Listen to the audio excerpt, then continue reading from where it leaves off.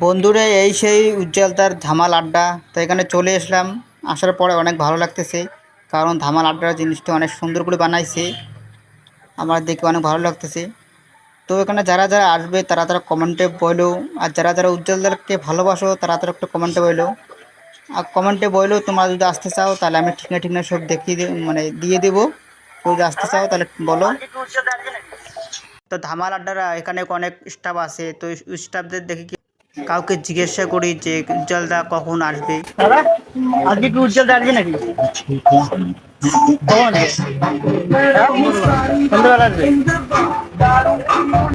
তো জিজ্ঞাসা করলাম উজ্জ্বলদা নাকি বিকেলে আসবে সন্ধ্যের দিকেই, তো সন্ধ্যের দিকে আবার চলে আসবো। তো এখন বাজে 11টার দিকে উজ্জ্বলদার বাবা এখানে আসেন। উজ্জ্বলদার বাবার সাথে কথা বললাম, ফটো তুললাম, অনেক ভালো লাগলো। উজ্জ্বলদার বাবার মানুষটা অনেক ভালো, হাসি খুশি সবসময় থাকে, কথাবার্তা বললো।